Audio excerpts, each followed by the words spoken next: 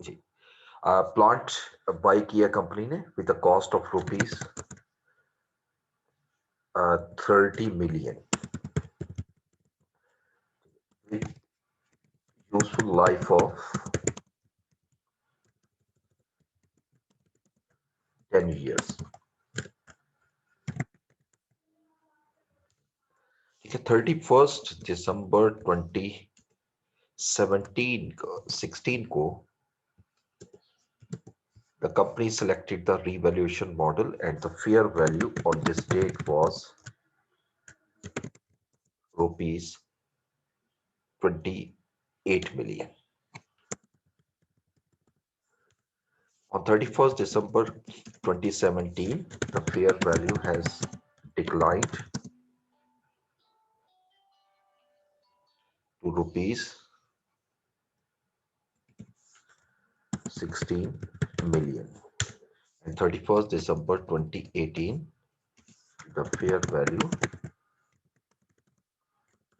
was increased to 25 million। ठीक है। अच्छा, इसमें सबसे पहले तो हम एक टेबल बनाएंगे which is very important, table of revaluation, जिससे सारा कुछ हम इसी से कैलकुलेट कर लेंगे। यहाँ पर हम डेट लेते हैं, यहाँ पर हम डिस्क्रिप्शन ब्रीफली डिस्क्राइब कर देंगे और उसके बाद यहाँ पर एसेट आ जाएगा। देन फिर आगे दो चीजें हम लिखते हैं, revaluation surplus and profit and loss या इनकम स्टेटमेंट। ठीक है, और ये तीनों की अमाउंट जो है वो हमारी रुपीज इन मिलियन। तो हम स्टार्ट लेते हैं जी यहां से। 1 जनवरी 2015 को आपके कॉस्ट ऑफ एसेट जो थी आपकी, वो आपकी 30 मिलियन थी।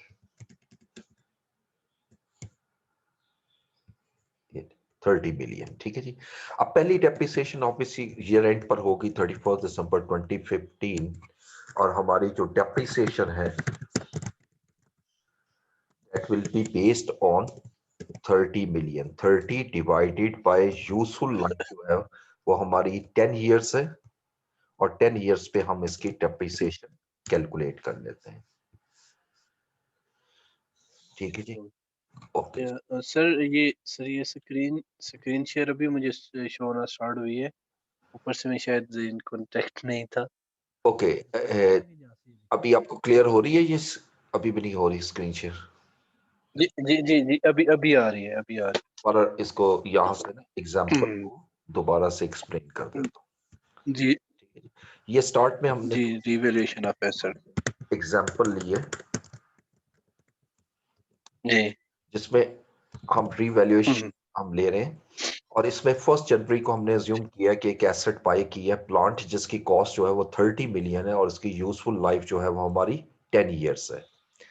उसके बाद 31 ठीक हो दिसंबर गया। 2016 को कंपनी ने रीवैल्यूएशन मॉडल सिलेक्ट किया है और उस दिन उसकी फेयर वैल्यू 28 मिलियन थी, और फिर 31 दिसंबर को ठीक है। फेयर वैल्यू, और 31 दिसंबर 2017 और 18 ये फेयर वैल्यू गिवन है। ठीक है जी, ठीक हो ये सिर्फ ठीक। डाटा मैंने लिया है। अब हम इसको सॉल्व करेंगे कि कैसे रीवैल्यूएशन मॉडल अप्लाई करते हैं।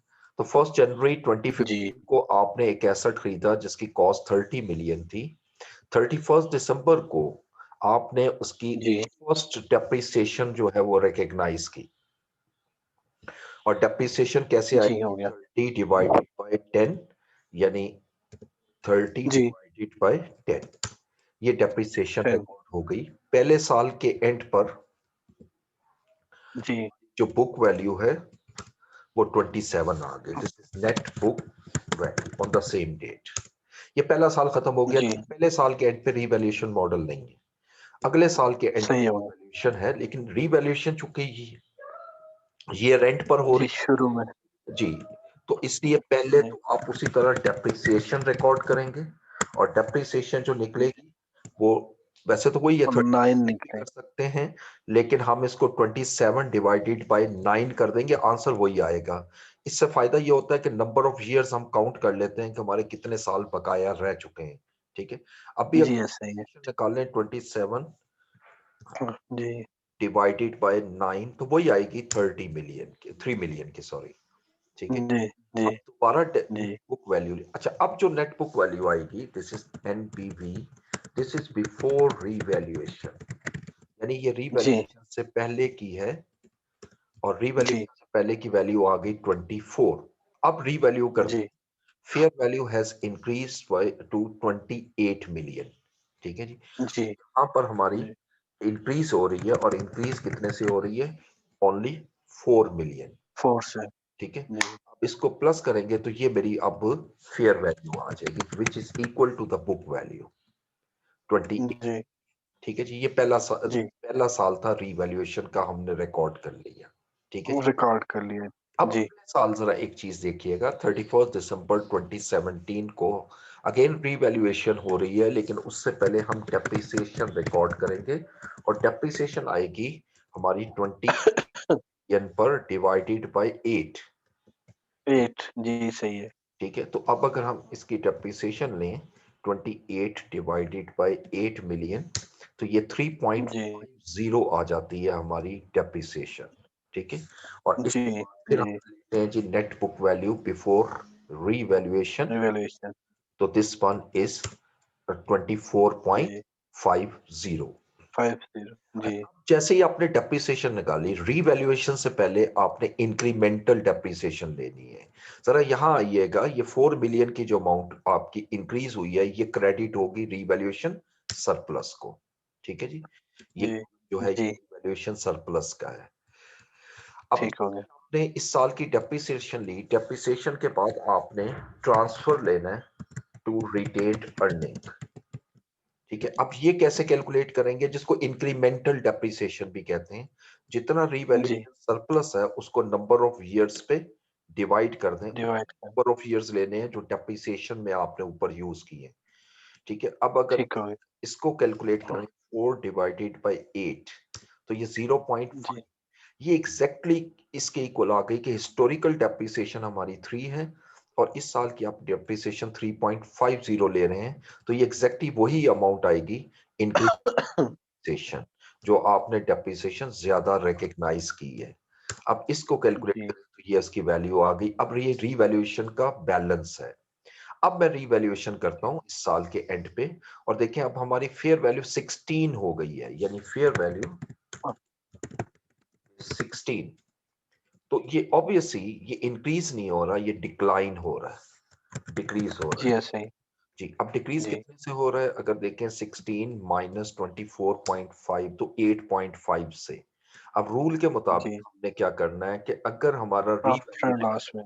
बैलेंस एग्जिस्ट कर रहा है, तो वो पहले एडजस्ट होगा, 3.50 इसके अगेंस्ट एडजस्ट हो गया, और जो रिमेनिंग जी है, जो 5 बन रही है -5, वो जी प्रॉफिट एंड लॉस में हम चार्ज कर देंगे as an expense, revaluation loss, ठीक है जी। हाँ जी सही हो गया। अगर ठीक है। मेरे पास सरप्लस ना होता तो ये सारे का सारा जो है वो लॉस में हम ले जाते। प्रॉफिट एंड लॉस में जाता है। जी ऐसे ही है। अब ये दूसरा साल मुकम्मल हुआ, अब तीसरे साल आपने खास तौर पे समझना है जहां रिवर्सल होगी। 31 दिसंबर जी 2018 को अब मैं डेप्रिसिएशन लूंगा। जी डेप्रिसिएशन ऑब्वियसली मेरी कैलकुलेट होगी 16 पर, डिवाइडेड बाय जी नंबर ऑफ ईयर 7 है। 7 हाँ, जी अब अगर इसकी कैलकुलेशन करें डिवाइड बाय 7 तो 2.29 की मेरी डेप्रिसिएशन आ जी गई। दिस इज नेट जी बुक वैल्यू बिफोर रीवैल्यूएशन। अब इसको कैलकुलेट जी करना है तो ये आ रही है 13.71। अच्छा, अब जैसे ही जी मैंने डेप्रिसिएशन ली, तो अब मैं एनुअल ट्रांसफर नहीं करूंगा रिटेन्ड अर्निंग को, क्योंकि मेरे पास सरप्लस का बैलेंस जो है वो जीरो है। इस वक्त सरप्लस का जी बैलेंस ऐसे ही है। नहीं आ रहा, 3.50 हम ऑलरेडी जीरो कर दे चुके, चुके हैं। तो लिहाजा जी ऐसे ही। ट्रांसफर नहीं होगा, ट्रांसफर टू रिटेन्ड अर्निंग नहीं होगा। अब मैं डायरेक्ट जी रीवैल्यूएशन अप्लाई करता हूं, और अब रीवैल्यूड अमाउंट 25 मिलियन पर आ गई है, इंक्रीज जी हो रही है। जी कितने से इंक्रीज हो रही है, ये फेयर वैल्यू 25 है, इसमें से अगर जी मैं इसको लेस कर दूं तो ये इंक्रीज हो रही है 11.29 29 जी। जी ऐसे ही। अच्छा, अब ये इंक्रीज का रूल लगाएंगे, ये फेयर वैल्यू आ गई जी 11.29 का आप रूल लगाते हैं, तो इसमें अब रूल ये कहता है कि आपने अगर कोई लॉस पहले प्रॉफिट एंड लॉस को चार्ज किया हुआ है तो IAS 36 के रूल के मुताबिक up to historical carrying amount इसको आप रिकवर करेंगे, ठीक है। यानी 5 जी रिकवर नहीं होगा, पूरा 5 रिकवर नहीं होगा, बल्कि अप टू सही, हिस्टोरिकल कैरिंग अमाउंट जो है वो रिकवर होगी, ठीक है जी। ठीक हो गया।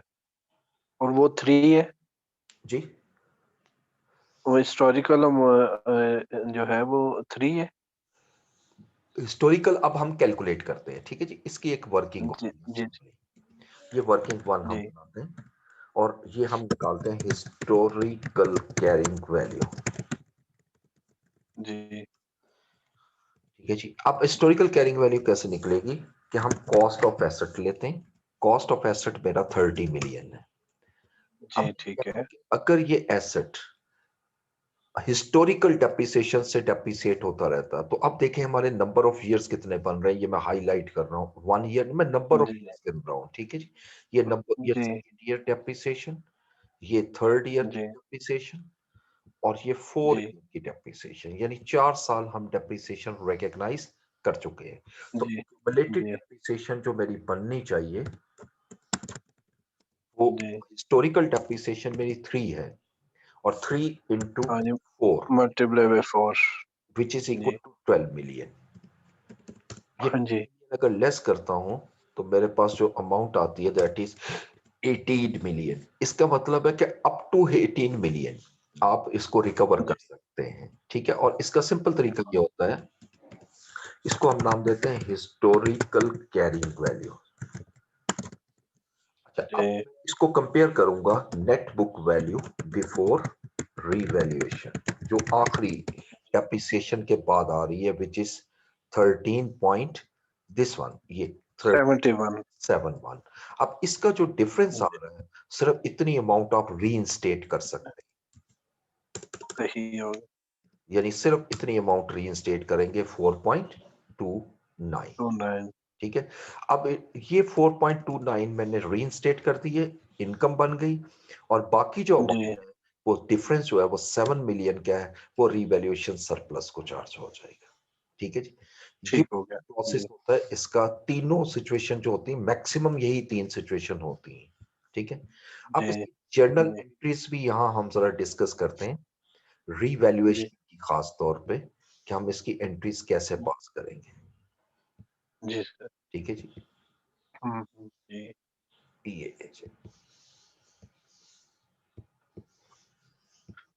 तो ये 3 सिचुएशन देता है, एक तो मतलब सरप्लस दे देगा, जी एक उसमें लॉस दे देगा हाँ और तीसरी उसमें जो है ना वो ये इंक्रीमेंटल दे देगा, या मतलब हिस्टोरिकल जो हमने करनी है जी, इसको हम कवर, रिवर्सल कहते वो हैं। दे देगा। हाँ जी, इसको हम रिवर्सल जी, जी, कहते हैं, ठीक है, क्योंकि पहले लॉस चार्ज हो चुका होता है, वो लॉस रिवर्स हो रहा होता है। दिस इज रिवर्सल ऑफ ठीक, इम्पेयरमेंट लॉस, ठीक है। ठीक है सर, ठीक फर्स्ट है सर। जनवरी 2015 को तो मैं एंट्रीज नहीं कर रहा, वो तो सिंपल एंट्री है ना कॉस्ट इक्विपमेंट डेप्रिसिएशन की, ठीक है। जी, डेप्रिसिएशन मैं स्टार्ट कंप्लीटेड। करता हूँ जी 31 दिसंबर 2016 से, ठीक है। जी, 31 दिसंबर 2016 को पहली एंट्री जो आ रही है सब इस टेबल से बन जाएगी। ये देखें पहली एंट्री है रिवैल्यूएशन की, सॉरी जी, डेप्रिसिएशन की। इसकी एंट्री होती है डेप्रिसिएशन एक्सपेंस डेबिट और एक्यूमुलेटेड कम्युलेटेड डेप्रिसिएशन डेप्रिसिएशन। क्रेडिट, और ये अमाउंट है हमारी 3 मिलियन। जी, ये 3 मिलियन की डेप्रिसिएशन आ गई, ठीक। जी, अच्छा, अब इसके फौरन बाद अगर आप देखें तो ये रीवैल्यूएशन हो रही है, दिस वन, ये रीवैल्यूएशन जी, हम जी, कर रहे हैं, दिस वन। जी, अब इसकी एंट्री देखें कैसे होगा कि सबसे पहला स्टेप, इसमें 2 एंट्रीज होती हैं। पहली तो है जितनी एक्यूमुलेटेड डेप्रिसिएशन आप रिकॉर्ड कर चुके हैं उसको क्लोज कर दें कॉस्ट ऑफ एसेट में। तो एक्यूमुलेटेड डेप्रिसिएशन डेबिट और प्लांट क्रेडिट, जी, और अभी जी, तक हम 6 मिलियन की डेप्रिसिएशन रिकॉग्नाइज कर चुके हैं। एंट्री ऊपर एक नजर आ रही है क्योंकि मैंने पिछले साल की एंट्री नहीं ली, ठीक है। स्टार्ट यहां से, जी, सही हो। ठीक जी, है। ठीक उसके हो गया। बाद अब साथ ही रीवैल्यूएशन करेंगे। अब रीवैल्यूएशन की एंट्री देखें यहीं से बन रही है, एसेट इंक्रीज हो रहा जी, है, एसेट डेबिट होगा और रीवैल्यूएशन सरप्लस क्रेडिट हो जाएगा। क्रेडिट हो गया। ये जी, एंट्री बन गई प्लांट डेबिट जी, और रीवैल्यूएशन सरप्लस। क्रेडिट, और ये हो रहा है जी हमारा 4 4 से से। जी। अब इसी तरह अब इससे अगले साल में जाते हैं 31 दिसंबर 2017। अब इसमें सबसे पहले तो ऑब्वियसली जो जो सबसे फर्स्ट एंट्री होगी वो हम करेंगे उसपे एसेट को चार्ज करेंगे डेप्रिसिएशन। जी एसेट पे मतलब मैं समझा नहीं, दोबारा क्वेश्चन कीजिएगा। ये जो मतलब सबसे पहले एंट्री आप कह रहे हैं मैंने नहीं की, जी तो वो उसमें उसमें हम लोग वो एंट्री जो करेंगे वही यही करेंगे, एसेट होगा और क्रेडिट कर देंगे डेप्रिसिएशन। जी पहली एंट्री तो होगी ना ये वाली कॉस्ट ऑफ एसेट की, ये तो होगी प्लांट जी, जी, डेबिट और कैश क्रेडिट। जी ठीक हो गया, सही है। दूसरी जो ये वाली डेप्रिसिएशन है इसकी सेम एंट्री होगी, डेप्रिसिएशन एक्सपेंस डेबिट और एक्यूमुलेटेड डेप्रिसिएशन Accumulated, क्रेडिट, ये मैंने नहीं की जी, थी। ठीक है जी। सही हो गया, ठीक है। वो ये 3 आ जाएगा, 3 दोनों होके 6 हो जाएंगे। जी बिल्कुल 3 और 3 6 हो जाएंगे। अब यहाँ जी, ठीक। एक्यूमुलेटेड डेप्रिसिएशन 3.5 है इस साल में, जो जी, डेप्रिसिएशन ठीक हो गया। एक्सपेंस है। ठीक है जी। अब इसके जी, फौरन जी, बाद अगर आप देखें तो हमारा ये ट्रांसफर टू रिटेन्ड अर्निंग आ रहा है, दिस वन। जी, ठीक है। जी, अब ये जो ट्रांसफर टू रिटेन्ड अर्निंग हम कर रहे हैं इसकी एंट्री क्या होगी, देखें सरप्लस माइनस हो रहा है, तो सरप्लस को हम जी, करेंगे डेबिट, जी, रिवैल्यूएशन प्लस सरप्लस डेबिट हुआ माइनस और रिटेन्ड अर्निंग्स क्रेडिट हो जाएगा, और ये होगा ठीक, 0.5 मिलियन से। 50 हाँ जी 50 से। ठीक है जी, ठीक है, दिस वन। ठीक है। अच्छा अब उसके बाद डिक्रीज की एंट्री आ रही है, दिस वन। अब डिक्रीज की एंट्री जब आएगी तो इसमें देखें दो हेड होंगे, ये तीन हेड आ रहे हैं। एक तो एसेट कम हो रहा जी, है 8.5 से, रीवैल्यूएशन जी, सरप्लस कम हो रहा है 3.5 से, और प्रॉफिट एंड लॉस जी, चार्ज हो रहा है एक्सपेंस वो डेबिट। 5 ठीक है। अब सही हो ये गया। 31 दिसंबर 2017 को ही हम डेबिट जी, करेंगे सबसे पहले प्रॉफिट एंड लॉस को या रीवैल्यूएशन जी, सरप्लस को। रीवैल्यूएशन जी, सरप्लस को हम डेबिट करेंगे 3.50 से, और फिर ठीक हो डेबिट गया। करेंगे हम प्रॉफिट एंड लॉस को, यानी लॉस जिसको रीवैल्यूएशन लॉस भी कह लें। ये हमारा डेबिट होगा जी, 5 मिलियन से, 5 क्रेडिट कर देंगे हम प्लांट को प्लांट हो 8.50 से। 50 जी ठीक है सर। This one. अच्छा उसके बाद जी, ये भी एंट्री हो गई। अब इसी तरह अगले साल हम मूव करते हैं। नहीं अभी अगले साल, अच्छा ये एंट्री मैंने की लेकिन एक एंट्री मैंने छोड़ दिया, सॉरी, वो भी करनी है इसमें ना। और वो कौन सी एंट्री है, एनुअल वो जो सॉरी पहले एक्यूमुलेटेड डेप्रिसिएशन क्लोज करनी है।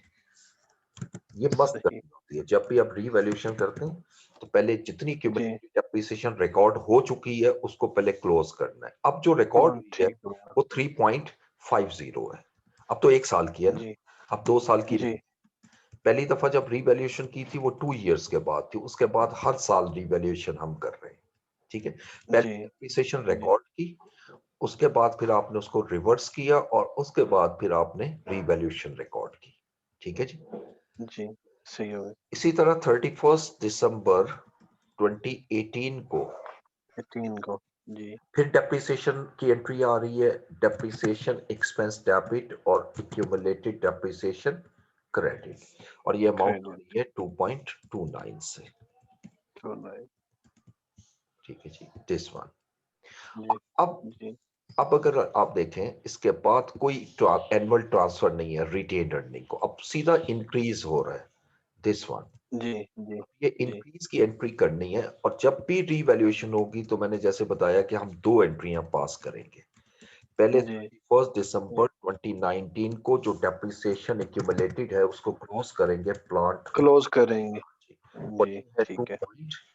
2.29, ये क्लोज की हमने। जी, ठीक है। जी, फौरन बाद फिर हमने रीवैल्यूएशन की एंट्री करनी है।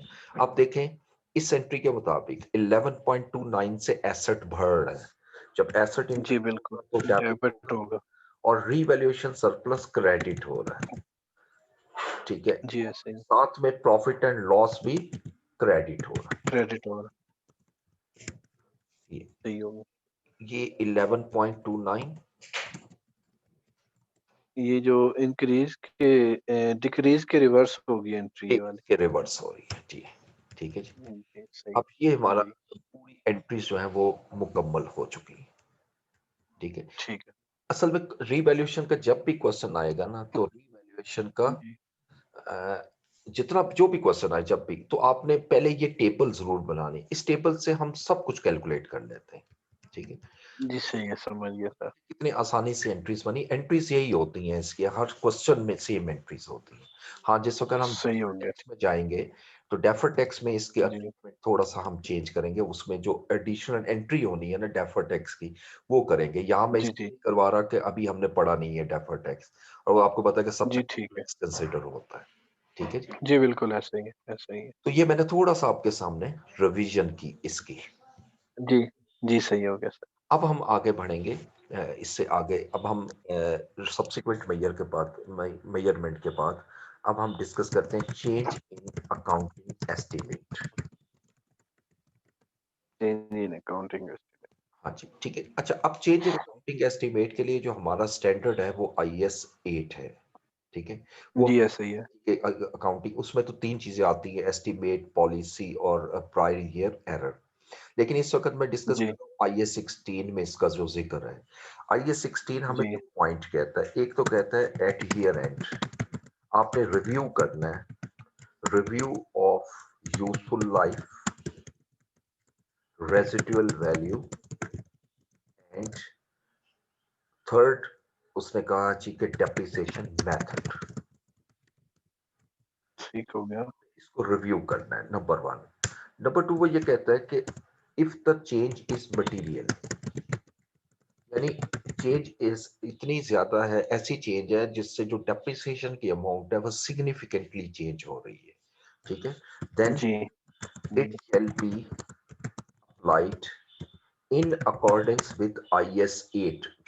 जो यहाँ वर्ड लिख रहा है स्टैंडर्ड, वो ये लिख रहा है इन अकॉर्डेंस विद IS 8। और IS 8 क्या कहता है? प्रोस्पेक्टिवली अप्लाई करो, प्रोस्पेक्टिवली। प्रोस्पेक्टिवली का हम मतलब जी, क्या लेते हैं? From the year of change, यानी जिस साल में आप चेंज कर रहे हैं उस साल से ही आप उसको अप्लाई करें, सही हो गया, ठीक है। ठीक है। यानी उस साल में आप जो कैलकुलेशन करेंगे वो जी, बिल्कुल। न्यू एस्टीमेट के थ्रू करेंगे, आप ओल्ड एस्टीमेट के थ्रू जी, हम इसको कैलकुलेट नहीं करेंगे, ठीक है। नहीं करेंगे। ये सिंपल रूल होता है चेंज इन अकाउंटिंग पॉलिसी का, ठीक है। फॉर एस्टीमेट, एग्जाम्पल जी, हम कहते हैं जी कि हमने एक एसेट बाय किया 1 जनवरी 2016 को एट रुपीज जी, 200 million with useful life 10 years at residual value of is 30 million, जी, ठीक है जी। अब वो ये लिखते हैं जी at 31 December 2018 review review of residual value useful life was made and it is estimated that useful life shall be at shall be 8 years with residual सही value हो गया। of rupees 40 million। वो हमें कहता है कि कैलकुलेट करें depreciation expense for the year ended 31st December 2018, जी, ठीक है। अच्छा, अब अगर आप देखें तो हमने एक्वायर किया था 1 जनवरी 2016 को, और जी, 20 ऐसा ही है। को हमने बाय किया था 200 मिलियन का, हाँ, जी, ठीक है। अब हमने इसकी जो डेप्रिसिएशन ली है 31 दिसंबर 2016 को, चूंकि स्ट्रेट लाइन मेथड है और जी, डेप्रिसिएशन बिल्कुल। वो कैसे निकलेगी? 200 डिवाइडेड बाय 10 होगा। नहीं, 200 minus 30 divided by 10, residual value भी लेते हैं ना। हाँ जी, रेज़िडुअल वैल्यू बिल्कुल, हाँ जी, माइनस करते हैं, सही 170 हो गया। Divided by 10 is equal to 17। जी बिल्कुल। 31 दिसंबर 2017 को भी हम डेप्रिसिएशन सेम रखेंगे 17। जी बिल्कुल। अच्छा, अब जी 2018 में हमारा जो है वो चेंज हो रहा है एस्टिमेट, जी हम एस्टिमेट को चेंज कर रहे हैं and now it has been जी डिसाइडेड कि हमारा जो एस्टिमेट है वो अब जो है वो चेंज हो गया और यूजफुल लाइफ जो हमने डिसाइड की है वो अब यानी जी एस्टिमेट की है वो 8 इयर्स है और रेजिडुअल वैल्यू जो है जी। 40 मिलियन है। ठीक वो है, 40 हो गई है। जी तो जी। इस साल की अब डेप्रिसिएशन जो है एज पर रूल वो ये कहता है चेंज इज जी मटीरियल। देखें जब क्वेश्चन में वो दे रहा है सॉल्व करने के लिए तो वो मटीरियल है, तो इट शैल बी जी अप्लाइड ऐसे ही है। रेट्रोस्पेक्टिवली, यानी मेन जिस साल में जी चेंज हो, from the year of change. तो इसका जी मतलब 2018 में मैं डेप्रिसिएशन जो रिकॉर्ड करूंगा वो न्यू एस्टिमेट पे है। ठीक है, अब जी ऐसे ही है, ऐसे ही। क्या होता है, हम इसके लिए फार्मूला यूज करते हैं नेट बुक वैल्यू। अब हम कॉस्ट नहीं लेते, ठीक है, नेट बुक वैल्यू ठीक हो माइनस गया। जी रिवाइज्ड रेसिड्यूल रेजिडुअल वैल्यू। जी और whole divided divided by remaining useful life. Useful life. ठीक है। इसके मुताबिक अगर पुट करें तो नेट बुक वैल्यू जो जी है वो तो हमने कैलकुलेट कर लिया 166 166, इसमें से मैं माइनस करूंगा रिवाइज्ड 40 40 और बताइएगा रिमेनिंग लाइफ कितनी होगी, डिवाइडेड बाई 8 होगा। डिवाइडेड बाय 6 होगा। ये बहुत केयरफुली करना है, ठीक है। इसमें एक पॉइंट अच्छा। देखें, इसने जो जी क्वेश्चन में मैंने लिखा वो लिखा it is estimated useful life shall be 8 year, कहीं रिमेनिंग का वर्ड नहीं आया। जब इस तरह वर्ड ठीक है। लिखी हो तो इसका मतलब जो टोटल लाइफ है वो 8 ईयर्स है। ठीक है, तो अब इसमें सही हो गया। 2 साल गुजर चुके हैं, तो एक 2016 और एक 2017, तो रिमेनिंग लाइफ 6 ईयर है। ठीक है, लेकिन अगर यहाँ वर्डिंग होती it is estimated remaining useful life shall be 8 years, फिर मैं 8 पे ही डिवाइड, जी ठीक है। सही समझ गया सर। ये बड़ी केयरफुली करनी होती है ये वर्डिंग, इसलिए मैंने ये लिखी 166 माइनस जी 20 और डिवाइडेड जी 6 हम कर देंगे, 6। तो ये 21 की अब इस साल की डेप्रिसिएशन होगी जो क्वेश्चन की ठीक रिक्वायरमेंट थी। दिस इज ठीक concept is हो known as change in accounting estimate।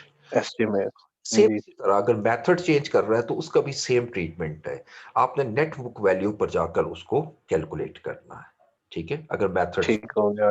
मिसाल के तौर पे इस साल वो जी कहते हैं जी मेथड चेंज हो गया है, अब रिड्यूसिंग आ गया है, तो फिर हम इस नेट बुक वैल्यू पर आगे कैलकुलेट कर लेंगे डेप्रिसिएशन। उसके लिए तो हमें जी हाँ चाहिए जी ऐसे ही। बुक वैल्यू होती है रिड्यूसिंग बैलेंस जी मेथड। जी बिल्कुल ऐसे ही। ऐसे अच्छा, उसके बाद फिर आता है हमारा disposal of asset which is again very important topic, disposal of ही। जी एसेट। ऐसे। ठीक है, डिस्पोजल में हम इसको दो हिस्सों में डिवाइड करेंगे। सबसे पहले सेल्स ऑफ एसेट। जी सेल्स जब हम करते हैं एसेट की तो 4 एंट्रीज हमने पास करनी होती है। ठीक है, पहली एंट्री होती है record close the close the cost of asset to disposal account. ठीक है, यानी जो भी जी एसेट, वो एसेट जो डिस्पोज कर रहे हैं उसका एक अकाउंट ओपन करते हैं टेम्परेली, उसको कहते हैं डिस्पोजल अकाउंट, उसको ट्रांसफर कर देंगे। अब इसकी एंट्री हमारी क्या होगी, ठीक हो गया। एसेट जो है वो डेबिट होता है, उसको क्लोज करेंगे तो क्रेडिट हो जाएगा, तो डिस्पोजल अकाउंट डिस्पोजल को। डेबिट हो जाएगा और प्लांट अकाउंट जी क्रेडिट हो जाएगा। ठीक है, क्रेडिट हो जाएगी। ठीक जी दूसरी एंट्री ये होगी कि जब कॉस्ट क्लोज कर दी है तो close the accumulated depreciation disposed asset. जो एसेट डिस्पोज किया उसकी जितनी एक्यूमुलेटेड डेप्रिसिएशन रिकॉर्ड हो चुकी है till the date of disposal, उसको भी क्लोज करेंगे जी डिस्पोजल अकाउंट में।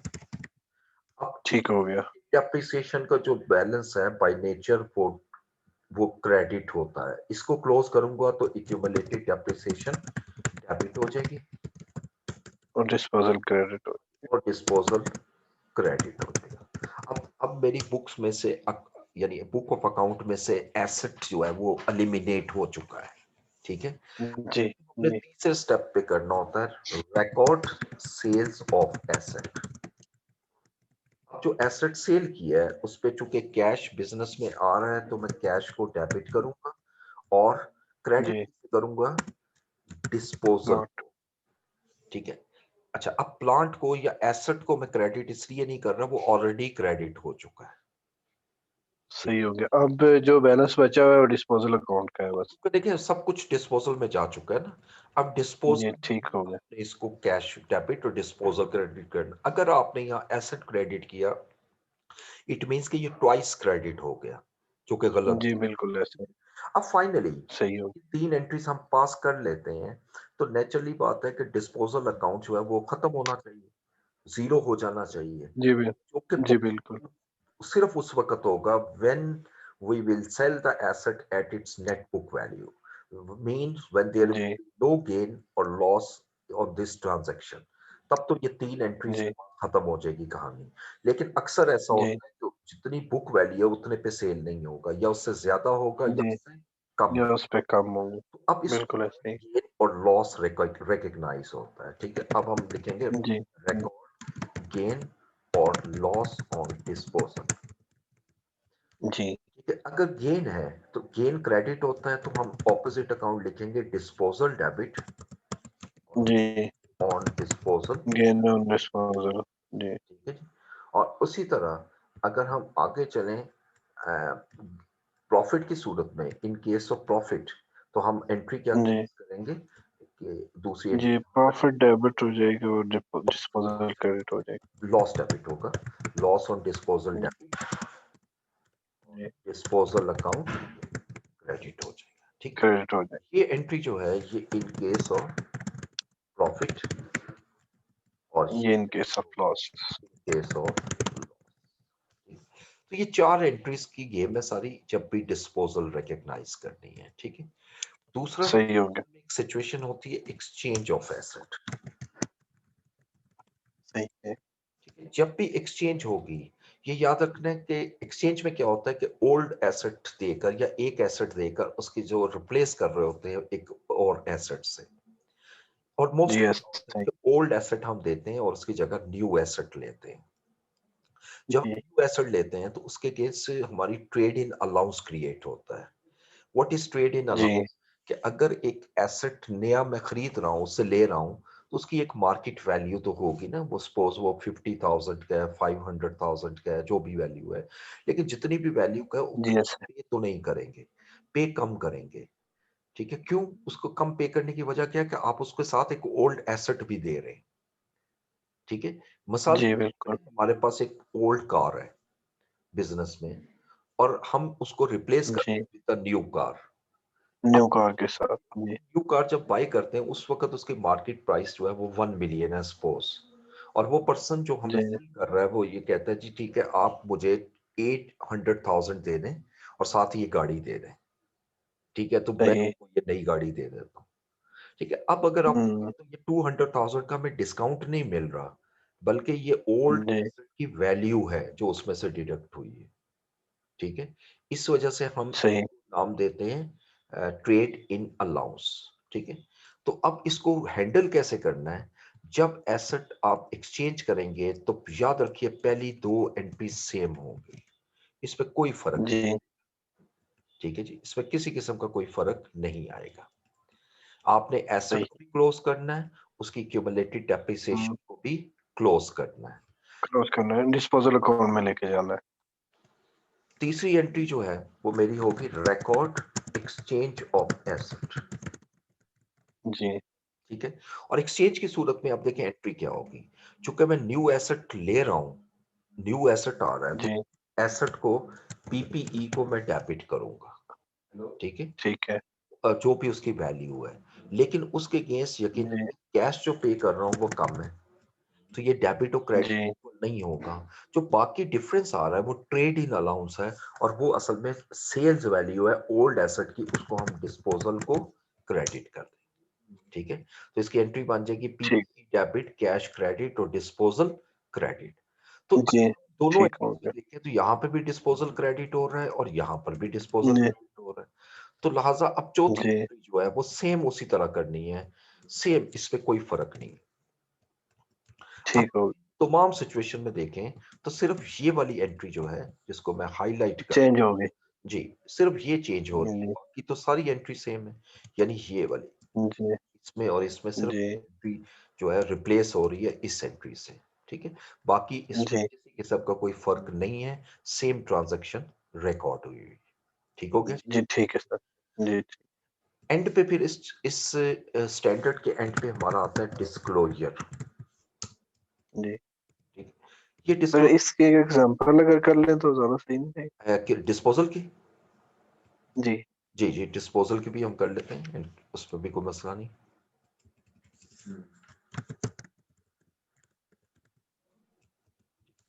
ठीक है जी, हम वो कहते हैं जी और 1 जनवरी 2018 को हमारे पास जो प्लांट है उसकी जो कॉस्ट आ रही है बुक्स में वो 700,000 है, ठीक हो गया। ठीक है। और इसकी एक्यूमुलेटेड डेप्रिसिएशन जो है,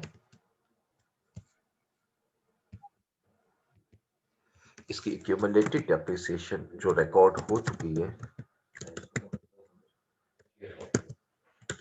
उसी प्लॉट पे वो सपोज 250,000, ये हमें डाटा दिया हुआ, ठीक है। फर्दर ठीक हो गया। on 1st April 2018 one of the plot costing 100,000 with accumulated depreciation, इसके साथ लिखते हैं which was originally purchased, जरा थोड़ी सी कैलकुलेशन में आता हूँ, तो originally ji for rupees bought on 1st January 2016 was disposed for rupees 75,000, ये पहली एंट्री हमने कर ली, ठीक है। दूसरी वो कहता है जी 1st of September 2018 one machine costing rupees 60,000 bought on 1st January 2015 was exchanged new asset, new machine costing 110,000 and creating allowance was rupees 19,000, ठीक है। और ठीक है सर। उससे नीचे मैं लिख रहा हूं company depreciates its asset 15% per annum using straight line method, ठीक है। ठीक है। और क्वेश्चन की रिक्वायरमेंट हम लिख देते हैं कि what should be closing balance of plant at accumulated depreciation, ये भी हम डिप्रिसिएशन। कैलकुलेट कर लेते हैं इंक्लूडिंग डिस्पोजल, ठीक है जी। जी अच्छा, अब हम इसमें अगर जर्नल एंट्रीज पास करें, इसमें दो एसेट डिस्पोज हो रहे हैं, ठीक है। जी एक अच्छा, ये है एक डिस्पोज हो रहा है, डिस्पोजल है, एक एक एक्सचेंज। एक्सचेंज हो रहा 1418 है। को हम जो एंट्रीज पास करेंगे, अब उसमें हम जी एंट्रीज पास करेंगे, देखिए सबसे पहला स्टेप तो है जो प्लांट है जी 100,000 का वो आप जी सेव कर रहे हैं, पहले इसको क्लोज कर देते हैं, ठीक है। जी जब जी इसको क्लोज जी करेंगे तो ऑब्वियसली ये डेबिट हो जाएगा, डिस्पोजल डेबिट, सर डेबिट हो डिस्पोजल डेबिट और प्लांट क्रेडिट। और प्लांट क्रेडिट, ये होगा 100,000, जी ठीक है। ठीक। ये लीजिए। अच्छा, उसके बाद ये पहली एंट्री हमारी पास हो गई, जी उसके बाद दूसरी साथ ही एंट्री करेंगे एक्यूमुलेटेड डेप्रिसिएशन डेबिट और डिस्पोजल। डिस्पोजल क्रेडिट अच्छा, क्रेडिट। अब इसकी जो अमाउंट है देखें, अब इसमें हमें क्यूमुलेटेड नहीं दी हुई, हम खुद कैलकुलेट करेंगे, ठीक है। जी इसके लिए हम कैसे कैलकुलेट करते हैं, देखिए हमारी जो डेप्रिसिएशन है वो 15% है, तो जी अगर जी देखें तो डेप्रिसिएशन जो बनती है 2015 की और 2016, जी 15 में बाई किया है, 16 में बाई किया, सॉरी जी सॉरी जी 16 की डेप्रिसिएशन और 17 की डेप्रिसिएशन, ये तो जी इक्वल होगी। ठीक, ये कितनी डेप्रिसिएशन आएगी हमारी 15,000 के हिसाब से 15,000 ईच, जी हर साल की जी 15,000। ठीक है, तो ठीक इक्यूमुलेटिव होगी अपनी। डेप्रिसिएशन जो है, ये मैं स्टेप बाय स्टेप इसलिए कर रहा हूं ताकि अंडरस्टैंड कर लें। जी जी Accumulated जी समझ गया। depreciation till 31st December 2017 जो है वो मेरी 30,000 आ गई। जी ऐसा ही है। अच्छा, अब हमने ये एसेट सेल किया है 1 अप्रैल को, इसका मतलब 3 महीने ये भी यूज किया है। अब इसमें जी ऐसा ही है। ऐड करूंगा 2018 की फॉर 3 मंथ्स, जी वो भी ऐड होगी। अब 3 मंथ की डेप्रिसिएशन कैसे निकलेंगे, 100,000 इंटू जी 15% इंटू 3 बाई जी 12 जी ऐसा ही है। 12। अब मेरी जो एक्यूमुलेटेड डेप्रिसिएशन का बैलेंस है वो 33750 आ गया। जी ठीक है जी, ये एक्यूमुलेटेड डेप्रिसिएशन की अमाउंट आ गई और इसको हमने क्लोज करना है। ये याद रखना है, जब भी हमने क्लोज करना है तो up to the date of disposal close करना होता है।